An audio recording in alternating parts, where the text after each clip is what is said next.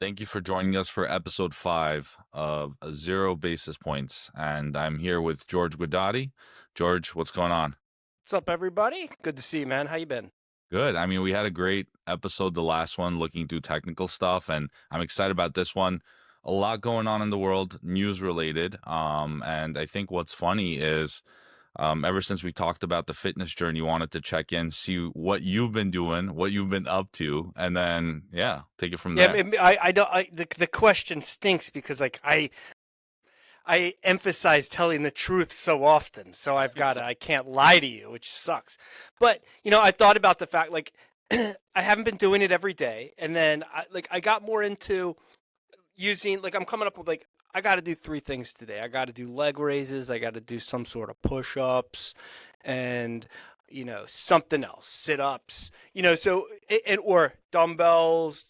And so I've got all the equipment. So what I've been enjoying is I've lowered my weight and I've been doing a little bit of dumbbells, the 45-pound bar and the 225s on the side, which I enjoy that. But it doesn't make me sore, and I think I enjoy it because it's easy. And another thing, in a parallel to the financial planning, like I don't have a very good plan.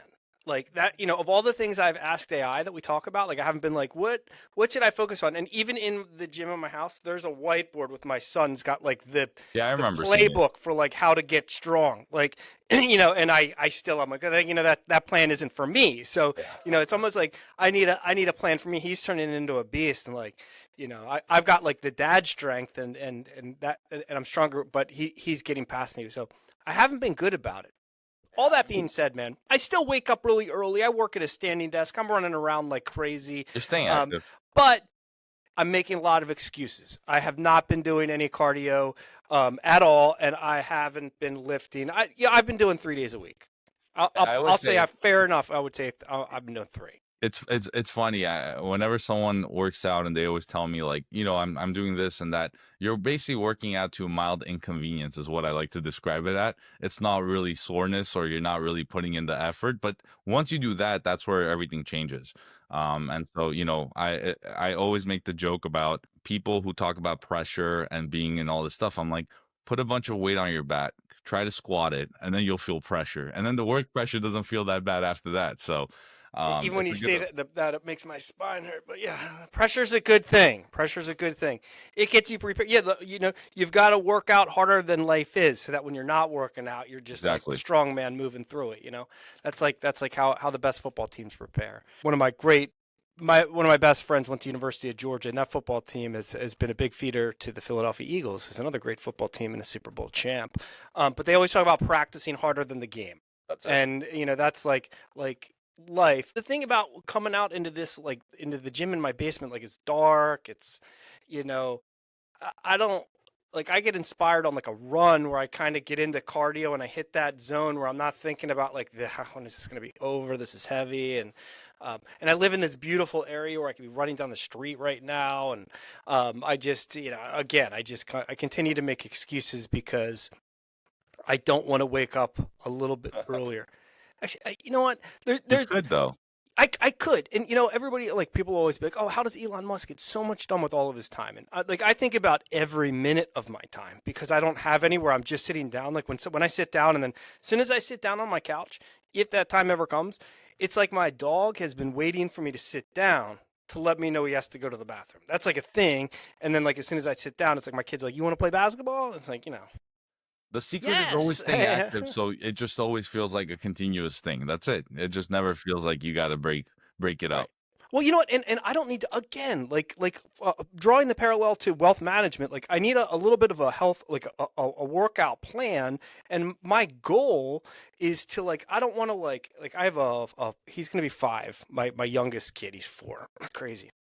But I want to be as athletic for him as I am for my one who's 15 years old now, be able to play basketball. And I don't want to throw out a hip or twist my ankle, but I'm out of commission, I can't work.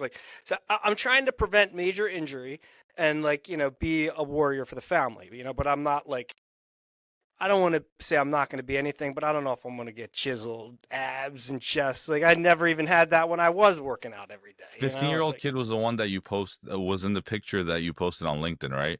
Right. Yes, That was the that's son yeah. from That's LA. my Yeah, yeah. that's awesome. That's the one that he was born. Yeah, Cedar Sinai in L.A. Yeah, that's my surprise, man. The boy that changed my life. Yeah. I love it. That's awesome. So yeah, it's Well, a true story. True story. I mean, that was very it was great insight into kind of how you started Grendel at the time and where you were, and a lot of this it's like founder stories. I love them. And it's one of those things where a lot of people who I talk to, they're we get so much inbound stuff about like how did you guys start the company? What are you guys doing? And people who are looking to interview even, try to find some more information about us. And it's like the founder stories is what makes a lot of the journey exciting because people get fired, let go from a job, and then they find a calling. Like Bloomberg's like story is great. Like he was obviously high up already, but anyone, Larry Fink, all these guys like went through some type of tribulation up until they found what they were Right. doing, and it takes off. And I think just not forgetting where you're coming from is one of the best things you can do and be thankful for and stay humble when you remember it. And then you're like, this is exciting. And then now we have a podcast and we're doing everything else. So it's like, where'd you go from, 0 to 100 and go through the waves and ebbs and flows and you get to an awesome place. So I'm excited. Yeah, That I was mean, awesome. that picture, I remember when my wife took that picture. I remember how I was, it seems like it was yesterday, but my point was like, even when my wife and I decided, then just my girl, not just my, I knew she was going to be the woman I was going to marry, but we moved to California, which was like, you're waiting for the right time. And then I'm going to have kids and I'm waiting for the right time. And it's just like, there is no right time for it. I'm going to start a company at the right time. And I'm going to get in shape like, dude, in 2025, it's the time is now, like for whatever happened, good and bad. And the worst story you will ever tell, the worst thing that's like the thing that you are worried about most, if that does end up happening to you, will be the story you tell about your revival. You'll be like, gosh, you know what? I got fired. And that's when I Yeah. came across, and like, so it's in the face of like an economic crisis. The James Franco meme with the noose around his neck. I graduated college in 2000. My first crisis was 9/11. You know, and like I don't want to get in. That was a crisis. Um, and the thing and so the crisis that we're in right now isn't because some terrible event happened on the soil of our country. The crisis is like the balance sheet. The crisis is the reality that we can't print money, inflate, pretend like it's not happening, kick the can. Like we got to try something else out. And it's like the noose around my neck. And then on top of that, when my son was born, I'm holding that. That's 2008. I remember the first guy I cold called. I remember his name because he was on the cover of Financial Planning magazine. I'm like, I'll call that guy. I Yeah. could. All right, I Who guess can I'll go call wrong? John. I Yeah. remember his name was John. But there's never going to be a good time. And I called him up. He's like, George, I appreciate the call, but right now every advisor is just trying to figure out how to work with what they have. And I was like, man, this is not a good time. And but imagine if I just sat there with that. This is not a good time. And the thing is like where I lived in LA was right by the Grove, which is like a big cool outdoor mall where like actors always you'll see people there. It's pretty cool. If you live on the East Coast, there aren't outdoor malls like the Grove, but this beautiful Grove, always packed, always busy. Dude, it was slow. Like you'd go to the Grove and you're like, there's nobody here. Like the escalators are empty. You're like, man, nobody is spending money. You didn't need, it was like, so that's crisis number two. You got 9/11, we got that financial crisis. So this time I'm like, what are you going to do? Is it your first You time? going to Yeah. take my house and kill me? Yeah. All right, try. So it's like how many times when you're building a company do you go through the worst case scenario and then you got to have that discussion with everybody that you care about. Worst case scenario, isn't that bad. You're here. I'm here, and I'm not going anywhere. Well, speaking of like kind of the financial crisis, I know, with the wrap up of Q1 for a lot of these RIAs and the elephant in the room is the tariffs being announced like right at the end of Q1. I mean, what are your thoughts? What do advisors actually think about? We have a bunch of memes out there on LinkedIn, on Twitter about the tariffs themselves, but how I mean, we'll find out the impact of it later on. I guess this is just a knee-jerk reaction with the markets, but what are your thoughts there? I mean, having been through a couple of these, not really the same ones, but what do you think kind of falls out? It's cool to talk about because it's the tip of the spear. There's a really cool podcast one of my best friends just texted me about. It's called All In. Some really incredible insight into what's happening on the interior of this administration and what their thinking really is. To me, like and again, like we're on the tip of the spear, so no, everybody, it's your best guess, which is all economics is anyway. It's a behavioral science to try to figure out what might happen based on a couple variables. So I think that if you think about, we look at this as a global problem. Like, oh my gosh, global. Okay, so that's macroeconomics. I'm thinking this through while I'm talking through it. But then we got to think sometimes for a problem, the only way to micro it is just to zoom out. So let's talk about a microeconomic problem. If we had a group of 100 people that lived in a community, and there were thousands of people outside that community that sold goods into that community, everybody's benefiting, the people on the inside of the community and the people on the outside of the community. But if a lot of rules are being broken between on how the rules on the outside of the community are getting shared on the inside of the community, and there's all sorts of, let's just call it nonsense and lack of transparency. We've known every president that I've seen run has talked about the spending problem, and now we're addressing it. They don't pretend like your president didn't vote for it or mine is now, and they Yeah, all said they they all cared say about it it. It's for like now sure. we're really addressing it. So now let's say now the people that live inside the like a microeconomic problem, we have a community of 100, and everybody else that was selling from the outside has to leave. So the people on the inside have to start figuring it out because it's going to be real hard to get stuff from the people on the outside. Of course, there's going to be an adjustment, but and that adjustment comes at a weird time. Of Like you've course. got to adjust when we're scared. We just all advisors just came off of like all-time high fees, ending Q4 2024, Trump bump. Everybody's pumped up, having a party, and then it's this quarter. It's like holy, like I don't Yeah. know. And so now we've got to look at what just happened last quarter and do some retrospective, like what happened. We as advisors, we're lucky we have this relationship with our client and work through an investment policy statement or whatever you do to position your clients where you are. And you say, this is why where we are. I think that the best thing from where I sit is you you have to continue to like be fit, get a good night's sleep, wake up early, and be really positive, and communicate with people how you really um, feel about how your solutions are going to improve their firm. So like when I'm talking to advisors, I'm not, it's not as much more about just giving demos to RIAs anymore. It's like, is this a real problem for your firm? Are you serious about addressing it? Is this a real solution fit? And I think that from a retrospective, we're going to RIAs in our wealth management space is going to look past in the last quarter, like how well has everything been fitting. The clients are doing the same thing. Oh my God, looking at their performance reports from last quarter soon, and everybody's just going to reevaluate.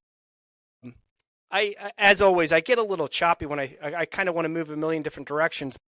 My take is we've never been here before exactly this, but you have to stay calm and hold on for dear life, and hodl, as we say.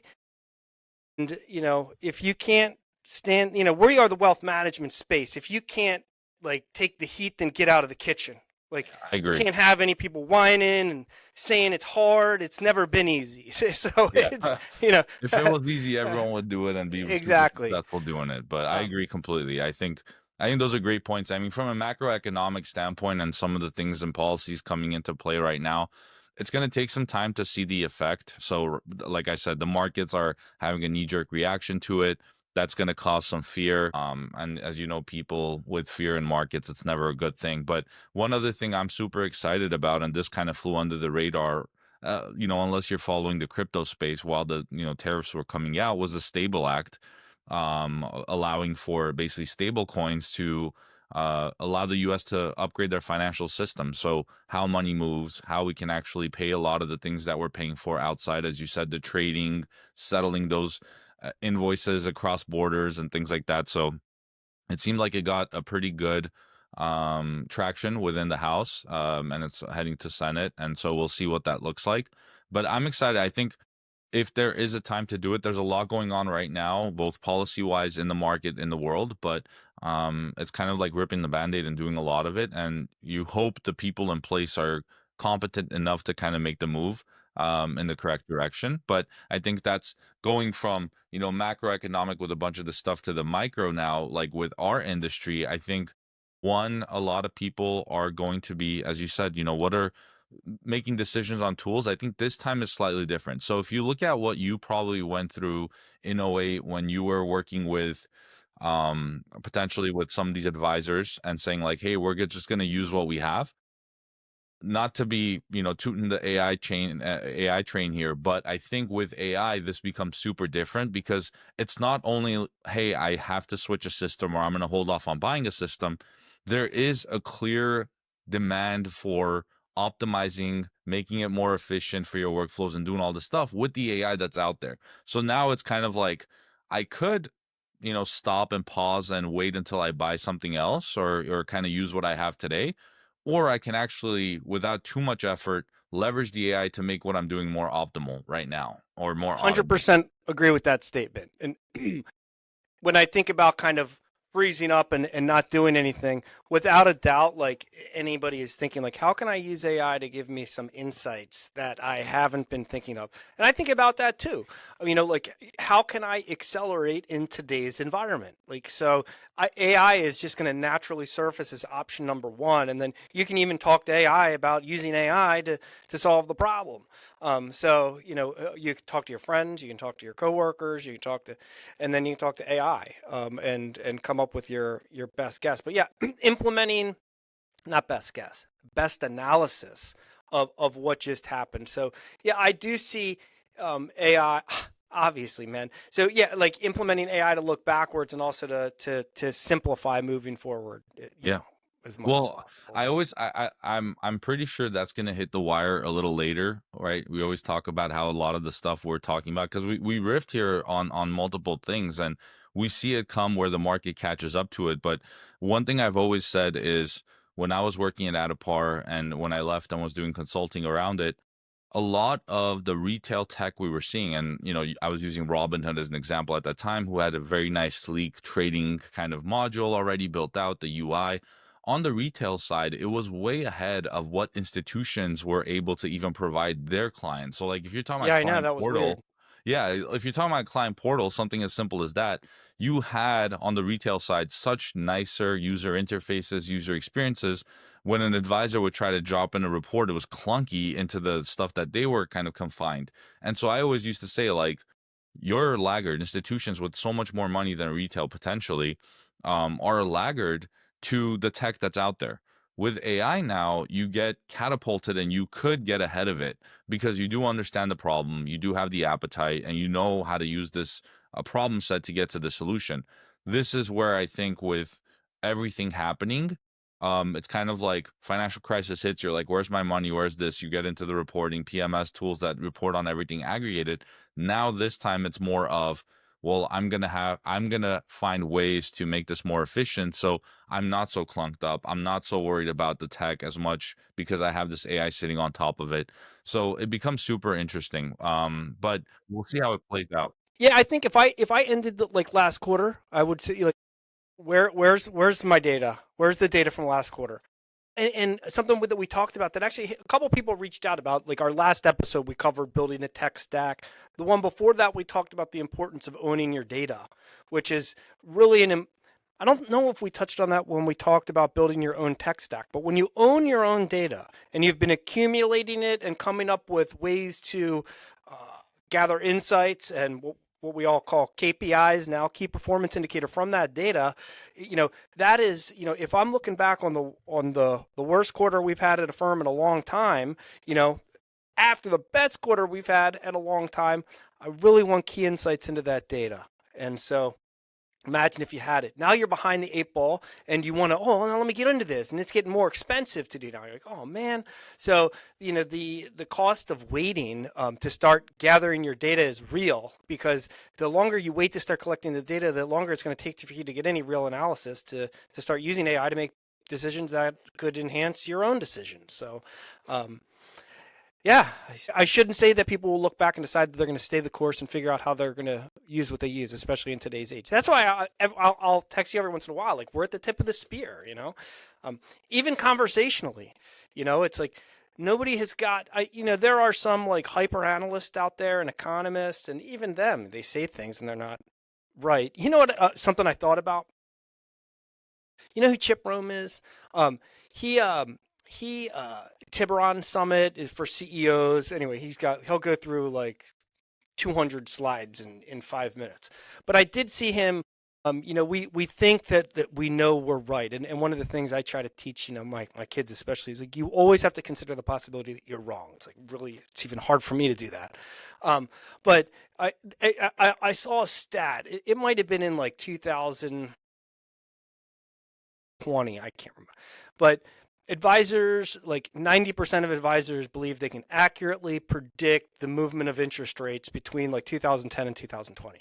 90% of advisors surveyed during that time period said that they could. Now these numbers are going to be wrong, man. I don't, but it's something like this. The stories works out, but I think like 10% of advisors were correct when you went back and looked at the data. So as much as you might think that you're right going through all those years, it's nice to have that AI to look back and find out who was really right and what was really working and what really wasn't, because you might have been wrong the whole time and things were just working out. Yeah, I thought that was an interesting little stat. I don't know how I was going to tie that in, but I thought about it earlier in some context. Probably Yeah, no, I advisors think, thinking they're yeah, right I when they're mean, wrong. you're completely, no, I think that's where it is. And speaking of kind of the industry and everything that's been going on, we've seen some of the news coming out, and I always love to get your take on it. So we had another, I think, note taker was launched, Parrot AI. So we'll see how that does. I haven't seen too much of it. I don't know if you've come across it yet. No, I mean it sounds like a note taker, parrot. Yeah, You know, yeah. I just but parrot yeah, everything from the yeah, meeting to you, and I yeah. guess that's enough for what people are looking for. Maybe not. Yeah, maybe. I don't know. Um, the more I think about the note taker, the more I even think about how careful you have to be with, um, and a note taker. I'm not trying to discourage anybody from building solution, Of course. but let's say I am the client of an advisor. I am in their Redtail CRM. I have my calendar in Outlook linked to my Redtail calendar, which is linked to my contact entity in that CRM. That means from an AI perspective, if AI were running in that situation, AI would know when I was in appointments. So let's imagine if I even said, yeah, oh, so George, you're going to be going on vacation. As you're talking to somebody like, well, I wish I had 50 million bucks, but let's say I'm a $50 million client, and now you find out that he's going to be on vacation next week, and like that's now in the AI machine. And so I always think, like, when we talk about ARCA, what I love that you understand that so well, because I think like some people might think of, oh well, a calendar integration event is not a risk. Well, I think it's a big risk. And if I'm giving a note, if I'm writing a note where I say, "How was your vacation?" Oh, you're going to be going on vacation. How was your? You bringing up kids' names. You're like, you're just bringing up sensitive data, and I understand that could probably be obfuscated by the note taker, but Sure, yeah. it just all still needs to be broken down to me, like all these other advisors. So I haven't, like you said, a lot of the note taking solutions are a part of the tools that I use. So I don't pay attention to what's happening like crazy on the note taking world, because that's not how, like, I'm not like in pain. I'm not in pain writing like recapping notes. Well, no, I just thought it was funny and it caught my eye because I believe one of the note takers had posted on LinkedIn. It was like, "We won the race to the bottom," Oh, and I that did. was Yeah, something we were I did talking see that. about. Yeah, yeah, yeah. Well, yeah, we see our stuff, so we do say that. It's a lot of the stuff that we say, and owning your own data. It's 0 basis points is the cut of this is the tip of the spear. I mean, we're giving you cutting edge news because I see it a week later, and I say, not only did we talk about that last week, we talking about that 2 weeks ago, Yeah, because it was like an old idea we didn't talk about yet. yeah. So it's great to have that kind of validation. It makes me feel good about talking about my ideas that I might think, oh man, that's crazy. I shouldn't talk about that yet.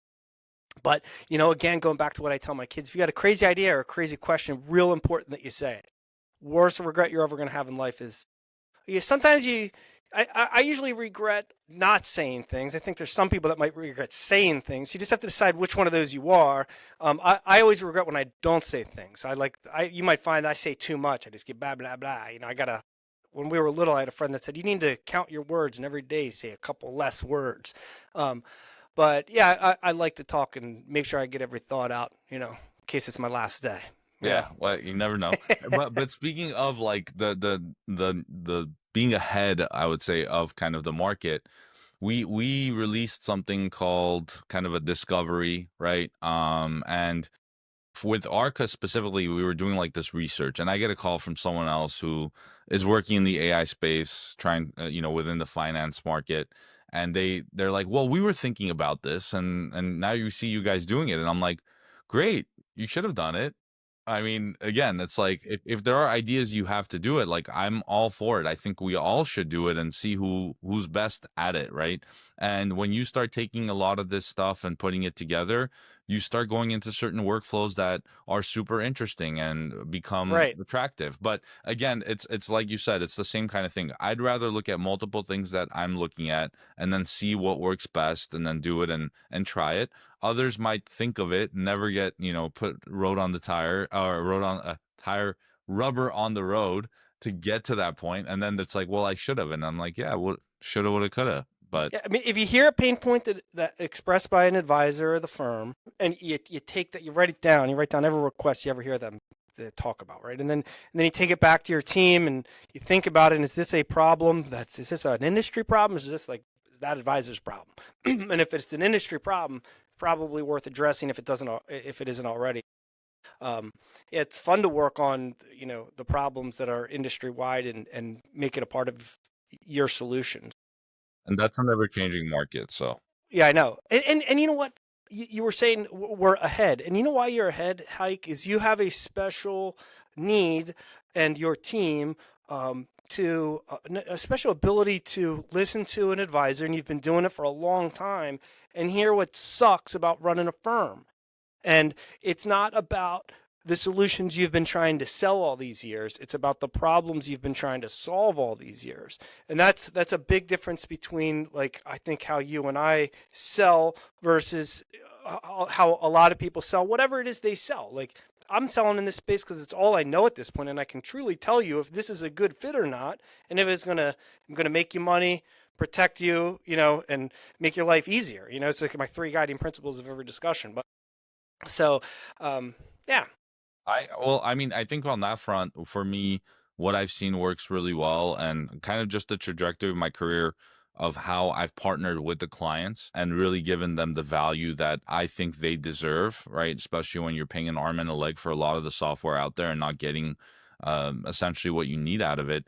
I've always partnered and aligned with the client and said, let's tackle this together. And that's really exciting part of the job that we do, because at the end of the day, if you can't handle these problems and solve for them together, it's like, what's the point of doing it at all, right? And if I'm gonna just pass you off to another product that does the same thing that you were doing with a couple more bells and whistles, and then it's another one after that, that doesn't really move the needle, and it's not exciting. And it's like I can do one more performance metric than the last guy. Great. Am I really using it for reports? I don't know. Does it justify the cost of converting over to this new system? I don't know. So a lot of this stuff I think is just going to be, it's just thematic in our industry. And because we've been stuck and bogged down by this SaaS model of like, it's this tech, now it's this one, and then the next one. And, who's kind of looking at grabbing more clients, which we saw with obviously Morningstar Black Diamond, that happening a couple of, I guess it's a couple of months ago now.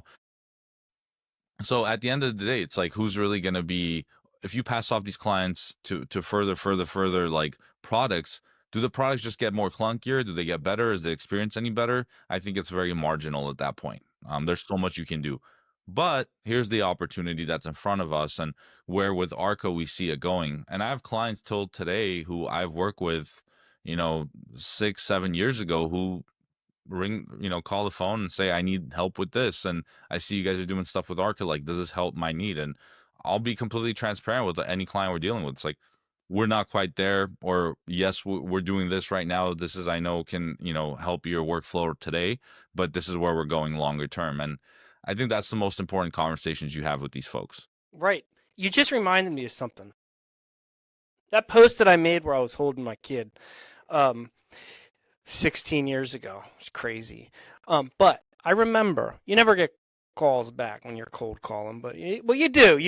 That's why you got to keep doing it. But man, I had this voice over IP phone, so I could just intercom like people all around like my team, like, brr, brr, and then, yo, what's up? They were like, George, you got a call from this guy, and I remember his name. And if he listened to this podcast, which he may or may not, but when I made that last post, I thought about this guy, and he liked that last post because I was wearing my Plantronics headset and I'm selling CRM, right? And he's like, George, and I know he is a top producer. He was referred to me by the broker dealer, or we had gotten approved. Big triumph for our company getting approved, which just means like you get the thumbs up. It doesn't mean anything monetarily. But he called me up and he said, George, I don't just need a CRM, I need a practice management system. And I was like, oh man. And so you as a young tech vendor, when you're getting started, you have an opportunity. Like every once in a while, a firm's going to align with you. It's going to be a lot of new guys that are like, oh, you're like new, maybe cheaper, but you're going to have somebody else that's like a cutting edge firm with a cutting edge mind, be it he or she, that wants to engage with you because you are an innovator. You're the only one doing what you're doing in your space. They've got a pretty good intuition telling them that you're going to succeed, and you've got to listen to their requirements. And then those people feel like you're building the CRM for them. They're a top producer. By top producer, I mean an advisor that you admire and their firm is growing. And if you listen to them and align with them, then you're going to build a solution learning from all these advisors. I learned a lot about growing an advisory firm because that's what my family did. But everything I learned from everything that I talk about was just on the phone or doing this with advisors over the years. But when when you have to be part of a practice management system, you can't only know about your part. Like that's like playing on a football team only knowing like your routes. Like you have to understand how the entire field evolves, like when they hike the ball. Like so many things are happening, and you have to have the best prepared offense or defense based on the scenario that's unfolding in front of you very rapidly. So I'm just saying, for anybody that's starting a new firm or a technology company, or even if it's an forget it, man. Any technology company, when you have a firm that's engaging with you because they heard you're innovative, it's really important to align with them and their requirements and make sure they might not be a benefit for every single user you have, because good chances they are, and that's how successful companies are made, in my opinion. I agree. I think, I mean, with a lot of what's in the market and a lot of the focus that you can lose with just kind of going right, I think the last episode was awesome for that because it just set a lot of folks' minds at ease of like, here's how you do it. And we did hear a lot of people saying like, why would you do this? And reaching out and talking around kind of what we were constructing or architecting from a tech stack. But I think that's where you hit the next kind of points, and what we would love to cover probably in the next episode is like how do you create that plan where you're just so large that you're not looking at particular tailored solutions, you're trying to custom tailor one for yourself and make it all work in the grand scheme of things, because the flow goes really well when we had it with the charts and the arrows and the shows, but when you're building that entire ecosystem, what does that really look like if you're large enough? And firms like um super well, I guess from an AUM standpoint, you could kind of keep it subjective of like what size justifies the I was tech. just thinking about it. What you're talking about, I was going to say, does those diagrams fall apart at 2 billion, 4 billion? Say somewhere between 2 and 4 billion, Yeah. is when they're like, yeah, they don't cut the mustard anymore. And I guess now we just said, what's that going to be? E6, Yeah. episode 6 is going to be the mega stack, or, custom solution, headless, whatever. But that'll be fun because that's going to be harder, you know? Of course. But yeah, that would be kind of, yeah, that'll be the custom build solution where our charts don't cut it. Like Yeah. And look at you clowns with these solutions. Everybody knows that. It's yeah. like, okay, you want to see something? You want to see something? So yeah, we'll give them something. Yeah, I think that's where a lot of the value is, and it's hidden value because you don't see it until you start using it, and then you also don't know what you're sitting on until you start drawing the insights, the analytics, like you said, off of that data. So once you own it, it's yours. It's pretty open-ended as far as what the experience looks like, and then you can kind of define what really is the role of the data set. And liberating the data is something I've covered before. I say it again, and I stand by it because I think that's the next level or the next iteration of this industry. If you look at some of the larger acquisitions that have happened, like LPL's acquisition recently and stuff like that, like any advisor who was sitting within like Commonwealth and they wanted to move, like if they had their data or like they had access to that data, you can just go and write your own ticket pretty much anywhere else if you wanted to just kind of spin out, right? But now if you're Yeah, within the tech, they're going to take you with it, then it's going to be a little harder to leave. So it's yeah. going to be Even more imagine if you were trying to buy a house. I was thinking of it. Like if you were trying to buy, because I was like, a data lake, like a good tech stack, makes you more valuable. Imagine if that was if somebody had the guts to dispute that with me. I'm like, okay. But if you have a data lake, it's even more valuable. But imagine if you were going to just look at a house that the yard's a mess, and you got the same house across the street and the yard's not a mess. Like you'll spend more because I don't want to do yard work on day one. You correct. know, like my wallet's open. I'm just going to go to the house without the yard work. If actually, yeah, if I'm going to be buying something, so you're thinking if I want to, if I eventually your firm is like one of your biggest assets, what your 401k, your house, firm, companies you own, having that data just makes you more attractive just when somebody wants to buy you. And like you said, then you're that much more flexible and free. Talk about, I had made a note earlier. Oh, it was when we were talking about. So that's free when you talk about just having free data. Yeah. So when you have the free data, you have more freedom. If you are a rep of Commonwealth and you get sold to LPL and you want to do that and your data is an Advisor 360, which is what is it? Is that what it's called? And it's somehow Advisor 360, I somehow think tied up there, which is a completely separate entity. A lot of people, asking what's up with Advisors 360. I'm like, I don't know, man. I haven't talked to any advisors that use that, but I guess I will now that they're like exploring other solutions. So I guess for somebody's sure. going to have to become a conversion expert there. But I mean, we'll see how it goes. But one of the things that I talked about when we were talking about freedom, and I thought about, we like what does freedom mean to people? You have an Armenian background, and I think people from other countries have a greater appreciation for freedom when they get to the United States, where we completely take it for granted. Um, but when you think about like that post I made, and I was like, where was I talking about freedom earlier? It wasn't data, but I'm looking at just some notes I wrote down. But when I had my first crisis, 9/11. Second crisis. We as a country had a lot of crises. My mom will say, "Oh, my crisis was JFK getting shot," and they like all these different. Everybody's well, my mom was like, she thinks she was a Black Panther in D.C. I mean, you want to know where I get it from, Yeah. But but it's once you've been through it a couple times, and you say worst case scenario, like, are you gonna take my house and kill me? Like, are we gonna go there? And like, if you can get to that point, and maybe it's whatever you do to say that it's okay if everything's taken away from me because my relationship with my life is real intimate and I've got that figured out. That's freedom. That's freedom. When you get scared about looking across, like, oh man, next quarter I got to grow a business, it's going to be scary. You're not free. You're scared, and just get work yourself through the worst case scenario, and you will feel free and liberated, kind of like your data stuck at these different providers. So liberate it, get it into a data lake so Arc can do some cool stuff with it.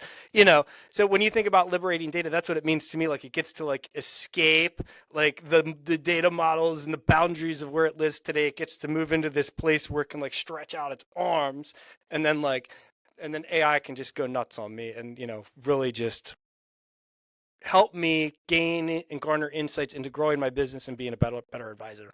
You know. I mean, I think any problem set that we're seeing in this space almost calls for that, right? And it's been due time for something like that. Talking about like client onboarding, opening accounts, things like that. Like all of these issues exist and are bottlenecked by manual workflows or super clunky workflows.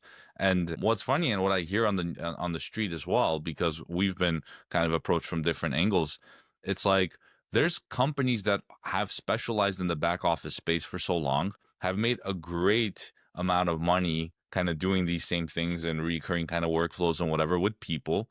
Now they're looking at AI and they're like, I want to go out and get something that I can bring in house and do it because I know my time is essentially counted for how long I can offer this service with people that I'm shipping out to other countries to do it in cheaper labor, etc. Whereas someone can come in and just say like, here's the workflow, slap it on there, automate it, and then now there's a whole audit log. So you're not looking at what X person did and what they missed. Here's the audit log of everything the AI is doing, and are you cool with this workflow?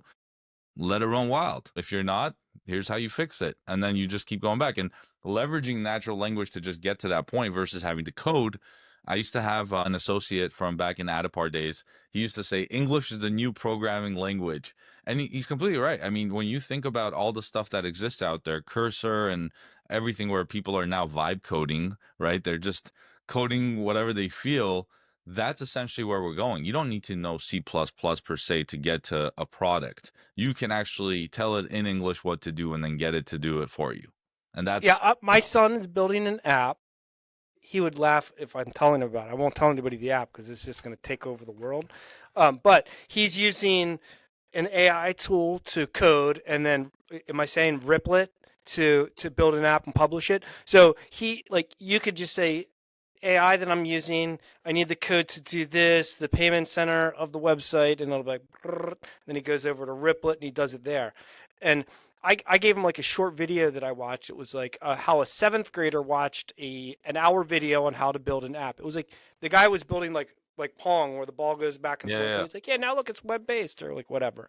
And I was like, this is a seventh grader that just watched it. You're a ninth grader, so you're talking about really cool ideas. So yeah, you can have the AI generate the code, put it into an environment, and then push it to the world through Riplet. Well, actually, incredible.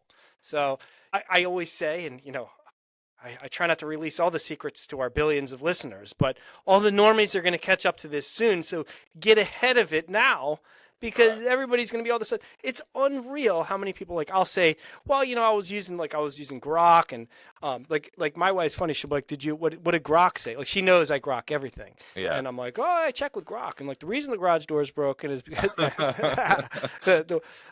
but no, yeah. Well, I won't even get down that. But there's a lot of people that don't even know why the my garage door broke this week. That's the Yeah. joke. I don't want anybody to think there's an inside garage door broke, and I'll take the blame. Yeah, of course. But You're the dad. um, You have to. yeah, exactly. It's I gotta and I'll be responsible for figuring out how it's gonna get fixed. But it's the big one too. It's the big door. But really, still surprised. We talked about it on our first podcast. You were like, oh man, at the first T3, people weren't even using ChatGPT. There's still people that don't know what it is. And when I take a walk around like my local area, I don't think anybody's using it. And you go to the grocery store, you hear conversations, you're like, you just grok it. Like, and then like people will be like, oh man, I don't Google it, I grok it. I'm like, I said that on X like 2 months ago. If I sell integrated experiences for a living, why would I leave this app to search for something? Like I'm always on X anyway. So, um, you know, No, that's and funny. yeah, it's an incredible. Like I was talking to my son last night. I'm like, it would just be cooler if Grok was, and I know we'll get there, is a robot that lives in your house, and it doesn't have to like everything you tell it just still resides in a bucket. It's like that conversation. It's like, oh, where I was talking to you about cooking steaks or a menu for a New Year's dinner, like whatever. How to throw a birthday party for a 10-year-old. Just trying to give out good ideas to people. So like whatever it is, it would be cool if it could kind of retain all that across conversations. But like, George, I know you're good enough by now. Just take a few hours off. Go work out. Try to put up 4 sets of 140. Just like take all the things I've told you and tell me something. It'll be exciting when it can get there a little bit. It's not yet, but it's when I say there's people that don't know how to use Grok, and then there's people that are like driving the next. Well, I use Grok, not using AI, and then there's people that are like driving, like, oh, I can't wait till it starts to do this. So um, it's amazing that like as users, it seems like humans were put on Earth to somehow build this AI tool and this unreal user interface. Like of all the things that we have as humans do, we obsess about a user interface that is really easy to use. So much to the point that it just seems like we're just everything we can do to innovate and build the most incredible intelligence we can to help solve like world's biggest problems. Maybe I don't know. I Getting think existential actually, here, but yeah, speaking of Grok, though, I think since the last time we spoke, since episode 4, they did announce that XAI is essentially doing an right. in stock purchase or acquisition of X. And what's interesting, and this was something like I knew that was going to come potentially when Elon Musk was getting into the XAI world, is like he has an entire playground of training data right now that's sitting in X that he can use for Grok to get smarter, to get better, to get opinionated, to do all this stuff. And He had that prior, but this I think cements kind of that official connection between the XAI entity that he's working on and this. So it becomes super interesting. And obviously when he started offering people money for who had subscribers and people posting, it's incentivizing people to put information out there that he's going to use because that's such a controversial issue, the training of the data that's used for training for an AI. When you look at, I think OpenAI had that whole thing when they were feeding in like New York Times articles, things like that. And it was like, who really owns that data that's going in there?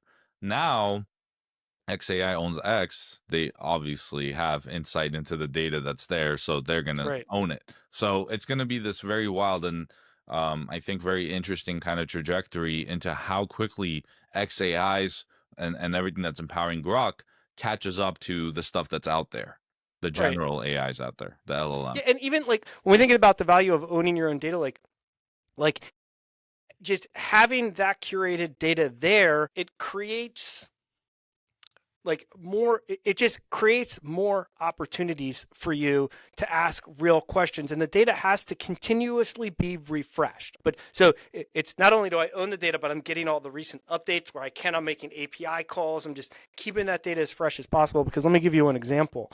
I'm using X to instead of Google. I could say, Google, my dog sounds like it's coughing, and Google would give me something stupid. I don't know. And there's a good chance it's biased because Google has their own clients that pay to be in the search results. As opposed to, I can say, Grok, my dog sounds like it's coughing, and it gives me why my dog might be coughing. And so this is a real story because my dog had a thing, and I guess I never knew about it. There was an uptick in barking cough cases is in my county of Pennsylvania. Now Interesting. that's real time data that I'm getting out of Grok because people are tweeting about it, they're talking about it, they're taking videos of their dogs barking. So that's an example of like leveraging real time data. And I know that there's something that Google does too, where it's like thinking when you do the search, but like who cares? I'm done. I wouldn't even Google anymore. It's just like you can Grok, and I pay for Grok where I can tap to think, and I can see extra. Maybe everybody gets it, but I can see the thinking unfolding. It's like, oh, the users are giving me these requirements, these requests here, and here's how it's unfolding in real time. It's looking at X, it's looking at these websites. I think it's and incredible, obviously, to have the AI sitting on top of X, man. That's like the whole point of having AI sit on top of your firm's own data lake that is constantly refreshing itself with APIs and ELTs and It's like the whatever same it can to theme. stay current. It's the same Yeah, theme, 100%. But speaking of which, you mentioned T3, and we talk about the conferences a lot. I guess last week or this week was RA Edge in Nashville. And it's funny, I kind of we've been super busy, we've been swamped, so we've been super limited as far as the conferences we're attending this year. Just due to having a big queue on our side. But I guess they handed out a book at the well, you told me conference. about this. Yeah. Yes. I get a little photo from someone who was there, who attended, and they sent over this, and Yeah. I had my review in the back, and this is basically, shout out to Joe Moss. He reached out to me and was like, I commented this on, I think, the announcement of his book. I Like, remember. I remember yeah, that. yeah. Yeah. So someone reached out, and he read it, and he's like, "Hey, like I didn't know like you had a review for this, so I'm just putting it out there. I'll sign anyone's copy if you guys want to send it out." But yeah, I told him, I'm like, I stand by what I said, and he said, he's like, I flipped through the book. You're not wrong, but I think some of the stuff in our industry, obviously with so much of what the advisor tech is, and I think you see it here, it's like over 500 plus advisor tech tools across 36 plus like verticals. And anyone who is looking at that, and anyone who sees like the Kitsis map and things like that, like it's crazy out there what is happening with a lot of the techs that are released. And we talk about this, and I constantly get inbound emails. It's like, hey, you're right, people are solving for problems that don't exist. Can they exist one day? Maybe, but I don't think that's what's going on right now. It's just slapping, AI into certain places and saying like, you should do this. And it's like, I didn't have to do that before. Why am I doing it now just because you came up with the tool to do it? Doesn't really make Right. sense. So Yeah. I think Instead of that's like, going to clunk it yeah. up. What did you say the last thing? I think it's going to clunk up the entire kind Yeah. of, tech scene. I agree, and I think that like I don't like solution categories. I like problem categories and the solutions that fall into those problem categories. But like solution categories is like there's all overlap when you get into solution categories, and like all the like Kitz's map. Who that was Joe Moss's book, right? All Correct. like awesome, like great people. Like sometimes it's just when you look at that, like the amount of overlap into that book, it's like, can there be a book just on overlap? Yeah. Because if you're aggregating accounts at your performance engine, why in the world would you aggregate anywhere else? Or if you're aggregating accounts at eMoney Advisor from Fidelity, what do you tell them? Or at Black Diamond, like how do you tell them that it looks different when they only log in at Black Diamond? Like you got problems, man. You've got overlap issues on the way that dividends are calculated. Like, so you've got to just let's talk about let's put your problems into buckets and put solutions around them. Well, So if Joe Moss listens to this podcast, I think he has the next idea for his book. It's going to be like trim the fat or trim the overlap, and just go through that's tech stacks great. and say like, Joe, yeah, what's the overlap? Give yeah, me the that'd be hilarious. I think it's a great idea. yeah. But I think that's a problem that obviously maybe artificially was created, but now it exists. So there needs to be a book around it potentially. Then, and I think it'll be much easier, more concise to get to that point than Yeah, the where are we aggregate? Like, we are aggregating accounts. We are over. There's got to be overlap, nauseating amount of overlap from account aggregation. Aggregating accounts at places I don't even care. I'm paying $150 a month or 300. Ridiculous. You could do something better with that. So yeah. Well, I think we know what we're doing for the next episode. I'll get to work this time, so I'll have my charts and everything ready to go because we put you on the spot the last episode to kind of go through the advisor tech, and mine will be a little more freeform, I think, because we're going to talk a lot about different ways that one you can architect this thing, which is there's really no quantified number of ways to do it. There's best practices, of course, but and then obviously how AI layers into each of this and how we've done that for clients before. But I'm excited. I'll get to work on that, and then Yeah, I'd love to see it and like try to just shoot holes in it. Not even shoot holes in it, just find like there's a lot about those big solutions that I wonder how you're solving for. Like that there'll just be questions for you. So it'll be nice to sit back. I'll bring plenty to say, yeah, but yeah, at least I don't have to prepare a presentation. I like it. Not I'll not do that the I mind homework. it. I'll do the homework. But anyway, George, it was great to have you on today. I think, yeah, I'll get to work and then we'll have an awesome episode 6, and we'll have to think of something super cool as a title for that one because obviously I'm going to present, so why not? Yeah, and I'll I like to end with like with if I say it, maybe I'll do better at working out every day. And I guess my problem is that I don't have a good plan. So you're my advisor, bro. I Like will send you one. real simple, just something that I'll do. You know what I've got. You know what I have to work with. So I just need something that I'll give you an hour a day. Like I'll sleep an hour less. So now I'm down to 2 hours of sleep.